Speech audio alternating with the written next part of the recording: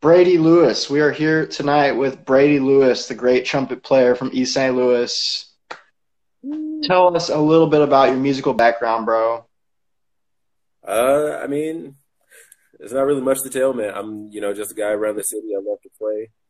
I've played with a bunch of people at this point. There's no point in like listing them, but like do a bunch of stuff in a bunch of different genres. Enjoy kind of everything, man. Like it's been, I've had some really great experiences doing everything. Some bluegrass, some indie rock, jazz, obviously hip hop, R&B. Just sort of out here enjoying myself and playing music. Everything. Try to be, man. Right. Try to do it as much as possible. Oh, absolutely. And I believe that there's great music in every genre. You just gotta look for it. Exactly, man. I agree. That's why I enjoy like Esperanza so much, man. She does so much. She puts herself in all these different genres. She made a rock album that was ridiculous, and then she made a jazz album or a couple jazz records that were ridiculous, and then a pop record. Like being able to go into any room or any venue and perform, I think is like just a major thing, and that's something that I want to build for myself. Yeah, don't go in a box. Just be a musician. Don't Yeah, just be a jazz musician or an ex musician or you yeah, know, just be a player. exactly, man. Yeah. So in high school, I know we were both in the Jazz St. Louis program. But do you want to talk a little bit about how that impacted you and your playing? And Sure. Yeah. I mean that it was the starting grounds for so much, man. Because that's where I won't say that I like learned jazz, but that was like the major stepping point for me. Like we did the I think I joined after we did IMEA our freshman year, and I completely bombed it. Dude. It was and terrible. that's when we met too at the IMEA auditions that year. I remember. Yeah, dude. That's us in a Special K, man. Oh, Special K! Shouts out to Special K. But yeah, dude. It was all part of that same year where I. That's the first time I'd ever like failed at anything musically. You know what I mean? And that brings something out of you, like that need to try to be better. So it started. Fire. Yeah, dude. And like then we get to Jazz St. Louis, and I'm with Andy, and like just learning some basics about jazz, and like just using space. Here's like basic harmony stuff, and it was so important for me for like just building a foundation, like especially with jazz, like uh, especially when I started, that was the biggest thing was creating some sort of foundation and playing jazz, dude. Absolutely. Yeah, I and just the relationships that were built in the Jazz St. Louis program. It's a whole community. Yeah, dude. And And I, especially factoring in the artists that come into town and stuff like that, like oh, Stafford, yeah. probably Like like the most influential person in the world, dude. I think it's really crazy that we were able to do that and it was all free. Yeah, dude. It's it's a major thing. Like it's a great thing that they did for just having young people in, bringing in young people that all had the same goal of like playing some music and like really getting better. Like that's important by itself. But then you add in the resources of like, we got to meet Stafford and like create that kind of connection, or when Faddis came down here and he was like giving out lessons and stuff. Yeah. Like, it was so much, dude, and so much that it leads to a good foundation in the music and in the community. Yeah, seriously life changing. And Yeah, I think just on the smaller scale of the community, just the students pushing each other and just being around like-minded individuals at that age. I know that was really important for me, yeah, dude. because you guys were my friends, my family.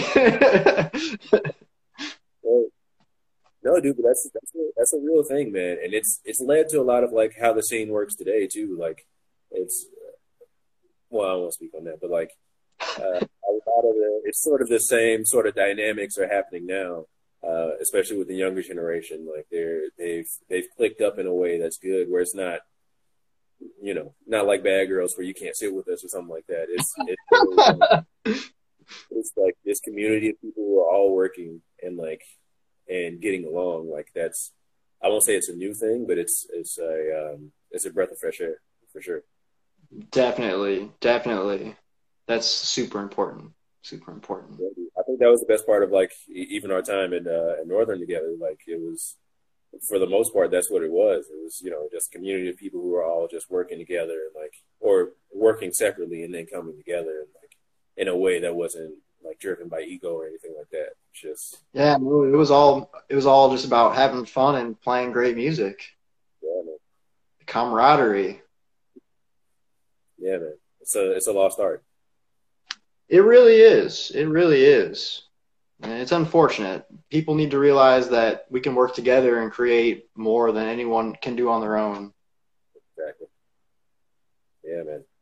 Teamwork makes the dream work. Something like that. Do you want to talk a little bit about your time with the Essentially Ellington program in high school as well? Yeah, man. That one. Yeah, that was super cool, man. That was I probably was really jealous of you. I remember the whole time I was just texting you, just saying like, man, I wish I could be there in New York, dude. it's an experience, man. It's sort of like Jazz St. Louis, but on a bigger scale. Of like, it's a bunch of people who really love, who have to really love the music. Like you don't get there without loving the music. Sort of like the NBA, you don't get there without being able to play. Like Oh, of so, course. once you're there and like you're connecting with other people who are sort of on the same wavelength as you, like it's that's such a great experience to have, to know as an artist, like you're not alone, right? Like it's like you're not the only person feeling this way, or why you're not the only person who's like trying to dive deeper into this, right? And that was the biggest thing I took from it. I mean, and getting to hear these other bands, man, like Dillard back in Florida, dude, Yeah.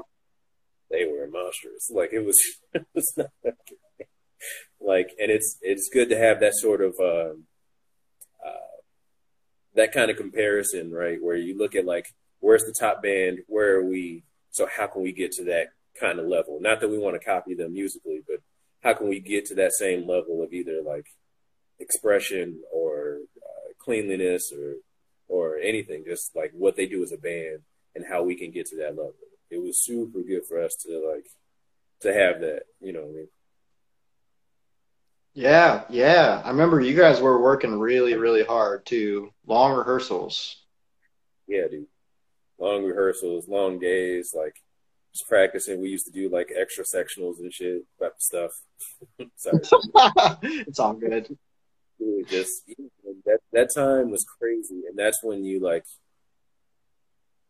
you know, those kind of habits are great to develop. Like, because even the next year we did sort of the same thing. Like, we didn't go to essentially Ellington the next year, but we had those same habits from the year that we went, and we carried that over. And that just made life so much easier for everybody. Because then we're having different discussions. We're having like expressive discussions, like how we want to phrase something, as opposed to like, here's what the notes are, or something like that.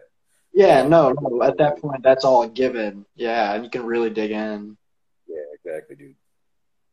No, that was a great time, man. I mean, it's also the first time I got to be winning and that kind of stuff. So that, meeting, one of the goats, like that's a big deal. Oh, absolutely, absolutely. He has a very commanding presence. Yeah, man.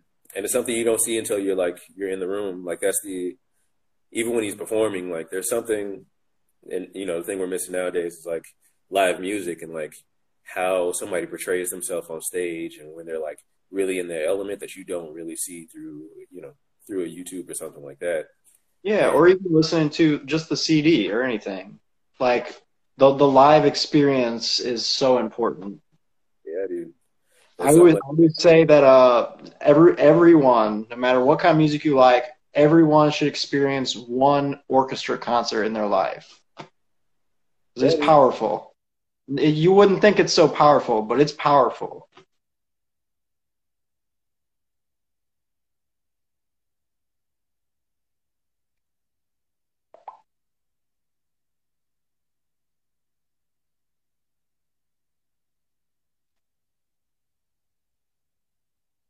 Oh, what was that? We lost you for a second. Oh, my bad. Yeah, I didn't see you on the screen. But no, I was going to say, yeah, that's one of the. It was a definitely a mind changing experience for me seeing the CSO live. I think we saw Oh, them probably 3 or 4 years ago, something like that. I think Chris Martin was still. Was that him? I forget. I think Chris Martin was still principal there, and it, yeah. you know, ridiculous, man. That hearing how that section plays together, man, is crazy.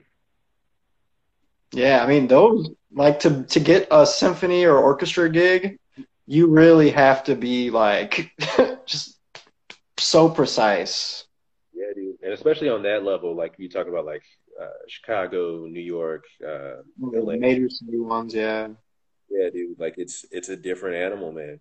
Like it's and that part, like for me, helps bring out this sort of like competitive thing of like how do we make something that's just as good as this without like copying that, right? Like I don't know what the equivalent is. I think Lincoln Center is like fairly close to like the equivalent, but there's got to be some way we can build something that's the equivalent of a CSO that's not us doing like big band orchestra stuff. If that makes sense. Like Okay, no, that makes sense to me. So you're talking about more small group stuff or sort of, yeah. Especially in how it's like doing long form small group stuff um, in a way that's not like I don't want to do like a small musical or something like that, right? Like or like a small group doing a mm, music, but doing something that's fleshed out in that way, where it's like we can do this piece with movements and all of this without it, without it being like a big band arrangement and finding some sort of form to it and how we navigate that form, right? Like that's more so what I'm thinking of, like big picture.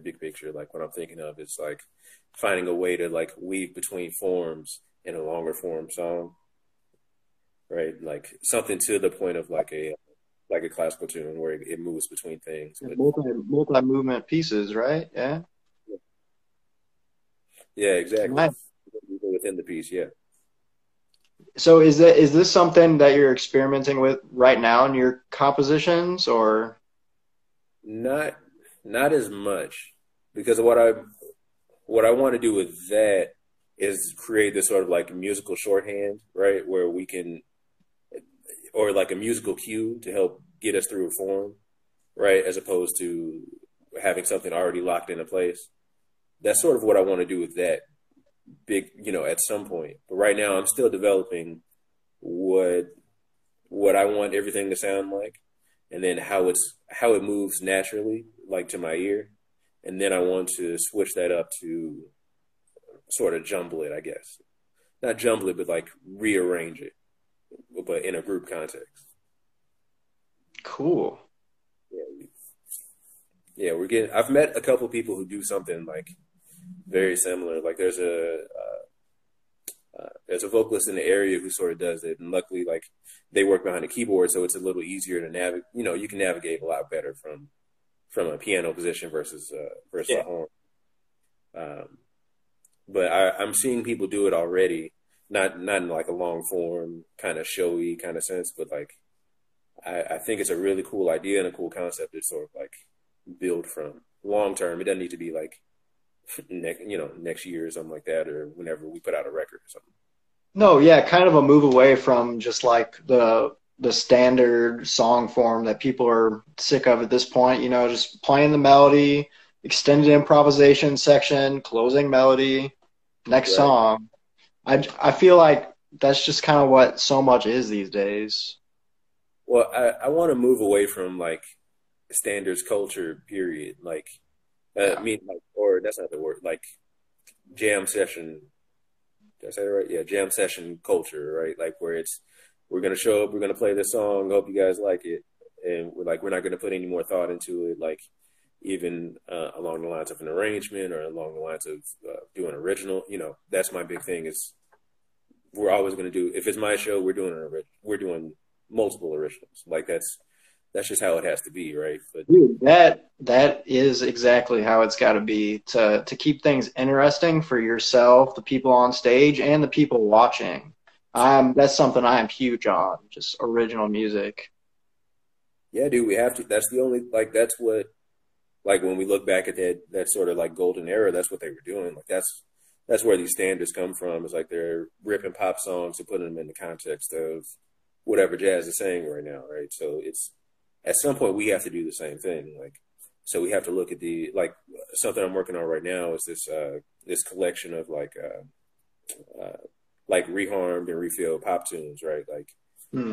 Billie Eilish's Everything I Wanted. Like we're doing an arrangement of that, and we'll be doing that sometime like next year. But that's the kind of thing that we have to do moving forward. Is we can't allow ourselves to get stuck in that place, right? Both as like as players and people who want to be writers. Like we have to keep moving forward in a way, you know, and that's Absolutely. what I want to help move everyone towards. No, that's cool. I dig that. That's a lot of the same kind of ideology we practice in Fuzz Love. Like right now, we're trying to stray away, like as far away as possible from just standard song structures. We're experimenting with starting, doing like a A section, a B section, a C section, back to the B. Put a little metal breakdown in the middle. Yeah, We just want to see how far we can push the envelope. yeah, dude. And then pushing it like in yourself, like just like testing yourself to do something new and do something like that you find interesting. Like I think that's super important for your own personal growth, and then that sort of thing sort of expounds to the rest of the scene, like from you to the next person and to the people around you. Yeah. So I agree. No, man. I mean, and you guys are, you sound great. I finally got a chance to listen to the record, man. Like, sounds great, man. Like I'm super proud of you guys, man. Hey, thank you so much. Yeah, you're really gonna like the new stuff we have coming. Sweet. I think you said you guys were going in like a couple of weeks. Yeah, we're going in January 4th for a week. Sweet. Working with Andrew Dewar. I don't know if you ever met him. Yeah, yeah, yeah. We did a bunch of stuff. Well, we were in the recording studio at the same time. Oh, cool. Yeah, yeah, we're recording with him again. Great guy. Yeah, man. No, he's good people, man. And he's really good at his job. Man. Like, or that whole crew, like him and Dan, and the whole like Northern crew. Oh yeah. Yeah, they're really knowledgeable. Yeah, man. So it wouldn't be a trumpet talk if I didn't ask you what equipment are you playing on right now, man? Yeah, dude. I went back to that the Monette, the B2S3. Okay. That's I keep trying to get away from it, but it looks like that's the one, dude. And it looks like it's not going anywhere. You've had that one for a while too. Yeah, dude. Like three. It's the longest I've ever held on to a mouthpiece. It's like maybe 3.5 years, like off and on. Right? Like it's Hey, just perfect. it's pretty good for a gear junkie. Yeah, man. I mean, I still like, a bunch of it. A bunch dude, I Yeah. had that. What horn are you on right now? I bought this Selmer K modified from the guy. It's like from the like 50. It's either 54 or 56. I bought it off the guy, and he knew what he had, man. And he sold it to me for like $500, and I was like, oh, this is yeah, man. I'm like, this is perfect. But it's one of those things of like networking. Luckily, he knew a musician I was working with at the time, and he was like, super fond of the guy, and he was like, oh well, if you know him, then I know you're a good guy. We'll go ahead and knock a few $100s off this price. I'm like, It networking pays to know the right people. yeah, man, networking is important, man. And Absolutely. they're like, yeah, dude, I got that Summer K modified. It's been working pretty great for me, man. I like it. I just needed a bigger horn anyway, because I was playing on that Bobby Shoe Yamaha. Yeah, you've had that one for a while too. Yeah, dude, and it's a great horn, man. And it's a small board, but it's a step board, sort of system. So it plays larger than it is. But at some point, you need to just play on a larger, just play on a larger horn to get the kind of sound you're looking for. So Yeah. I'm liking this one, especially as far as sound and tone. And I love those like the older metals anyway. So like that Yeah. horn. I think everyone that plays trumpet has a little sweet spot for in their heart for like vintage horns and just the look and the feel. Yeah, dude, it's totally different vibe. I'm still trying to find a committee, man. That's Good luck. man, every time I find one, it's like this is $7,000. I'm like, Yeah, yeah. Good luck on that one, man. but maybe I you know can get, people who maybe you can found. get Mr. Brown to sell you his. Yeah, dude, that's me. It was a resounding no. Yeah. Yeah. We had this other buddy. I don't know if you met Ryan neither. Oh yeah, I ran into him. Yeah, dude, and he got a committee from a guy for like might have been a couple $100. He was just like he was like cleaning out his attic and didn't know what he had. And so he came through and he was like, "Oh, can I keep this?" He was like, "Yeah, go ahead, whatever." I'm like, dude, that was, it needed a little bit of work. Like it needed to be like, fix the valves or whatever. But like, it's a horn you can get $7,000 on the market. Like Yeah. That's ridiculous, dude. that's what I want in my life. I don't know what prayers they get.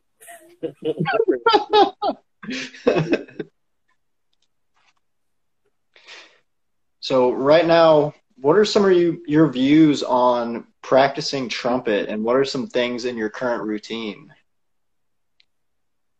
Hmm. I'm.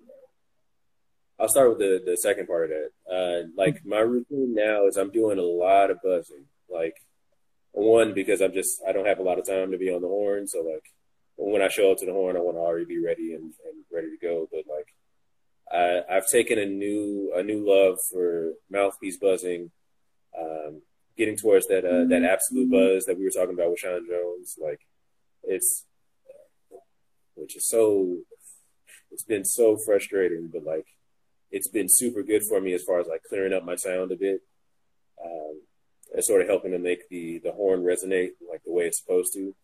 So it's helpful and super frustrating because you can never seem to get all of that air out of the sound. It's sort of like a continuing battle there. But I'm focused on that. I'm focused on a lot of the stuff that's happening, like in my oral cavity, right? So like, very focused on my tongue position right now.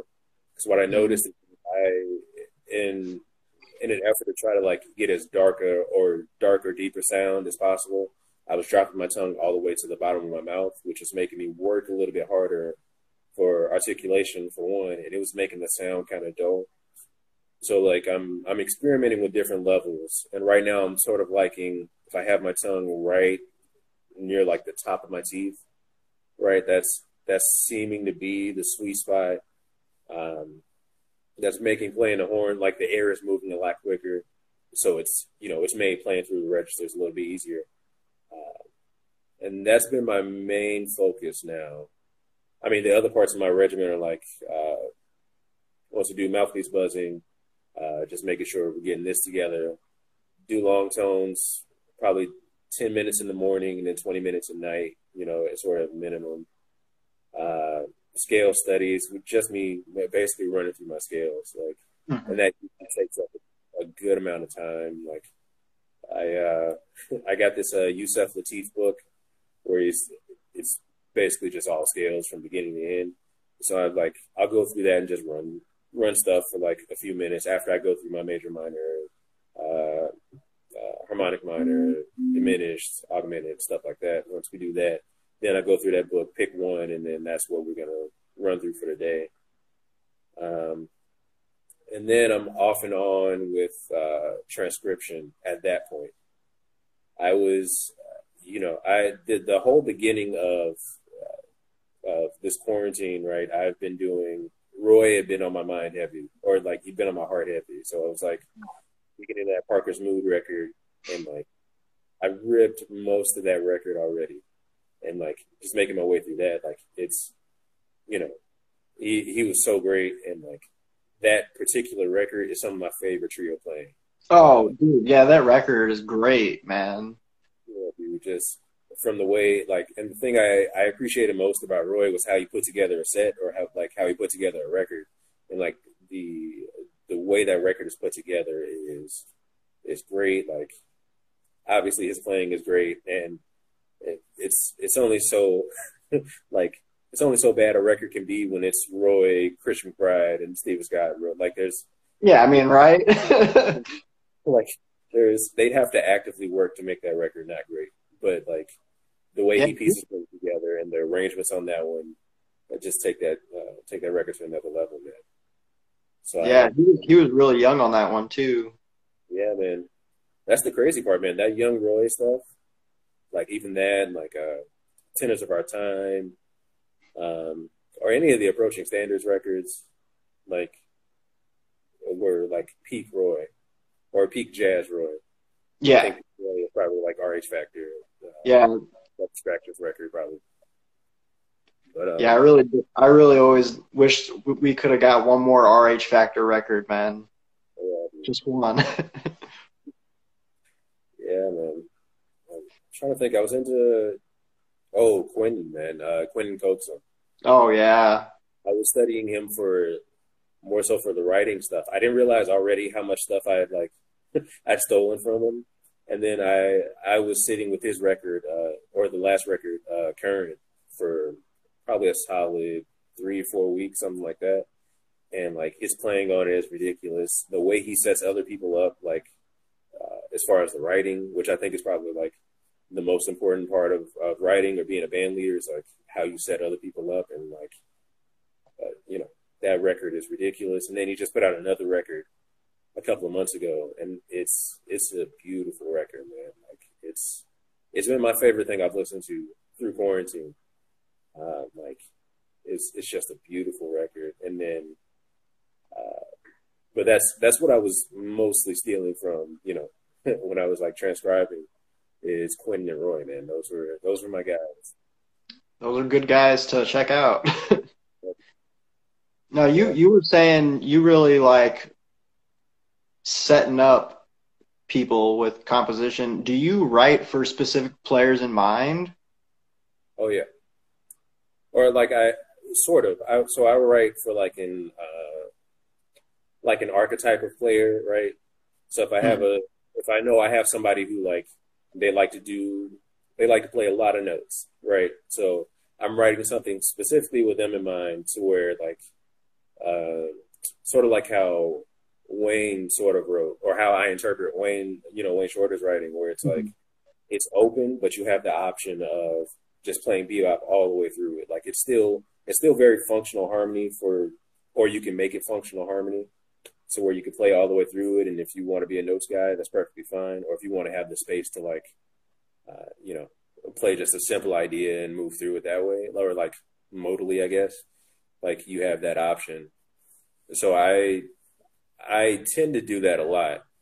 Um, but the main thing I like when I'm writing, as far as like how we how I use people in the band, I'm just trying to keep everybody engaged, right? So like sometimes, and this is sort of what I was saying with jam session culture, like, and wanting to move away from it, the rhythm section can get sort of disengaged because you're like using them as a backing track, or Hmm. sometimes you're using them as a backing track, and like finding ways to keep them engaged to where they're not ever like stepping away from, or like dissociating, like on stage, where they're keeping the feel and it's gonna sound great, but they're not as engaged and like uh, and as active like during the solo sections as you want. Because especially for me, like my playing style is very reactionary, right? So I need a bunch of stuff around me happening. So for me as a writer, I'm thinking, how can I influence the rhythm section to do more before I get on stage, before I start soloing, so that when I come in, I have a solid sort of foundation to work from, right? Or to play off of, I guess. Yeah, yeah, no, totally. I'm the same way a lot. Like just playing off, especially I like listening to drummers like that. Like you play something and you hear them play a little, and it just opens up so many ideas in my head. Yeah, dude. Once you get to the place where you can like, uh, you can start functioning on either like the rhythmic level or the harmonic level, like because for me, like it's the same deal. I sort of work off the piano player or like whatever the top voicing of the piano player. That's sort of my like the thing I focus in on. But it's it's the same idea of like how do I get them to do something one that works for them, like that inspires them to like create an idea, and then two to give them the freedom to voice that idea, right? Like in the moment. That way I have something to now play. That gives me more material to work with, right? Like that inspires me, and in turn it just sort of keeps everything moving, right? Yeah, Like that's just making magic right there. That's the communication. exactly. And that's what I love about Quentin, like specifically, like that's what he does really well. Like all of his guys, when you hear them go into a solo or like even the changes, like I mean, one like he has great guys with him. Great players keep great players around him, but also setting up those great players and like not taking advantage of the fact that you have great players with you, like just really setting them up in a way where they're going to sound great, and that energy is going to feed the rest of the band. That energy is going to feed the audience, and that's what makes like a just a good experience for everybody. Mm. That's a whole nother side of performing that doesn't get talked about enough. Yeah, dude. Yeah, man. No, I'm big on because I'm not, I'm not in it for the crowd. Much to say, like that's not my focus. But like my main focus is how do we make how do we make the band happy and have them engaged with each other and like with the music, because everything else sort of falls in line after that. Like you can make a show out of it, right? Like you can flip the horn upside down and play like that. You can make a show out of it, but you want to start with just a good energy on stage, a good energy with the band, and like and with the music, and everything else, will make it fall in place where it does. Absolutely, I dig. I dig. Well, I think that might be a good place to kind of wrap this little talk up. Gotcha. So before we go, how can people get a hold of you for your freelance trumpet services, to hire your band, the BLS TED, or even for your compositions? Sure. I mean, you can kind of reach out to me, or yeah, reach out to me pretty much anyway. If you want to grab the Instagram from a live, or catch me on Facebook, Brady Lewis, or hit me at Brady Lewis at yahoo.com. As long as you get me there, I'll definitely answer, and we can make some work. Sounds good. Sounds good. I had a lot of fun talking with you, man. We gotta hop on the phone soon. Yeah, dude. No, definitely, 100%. Dude, we gotta play chess soon. We got to play chess soon. It's been. I've been playing. I need to come up to DeKalb anyway, so I may make that stop sometime beginning of the Okay. year. Cool. Yeah, let me know. Yeah, man. Make it All work. right. You have a All good right. night.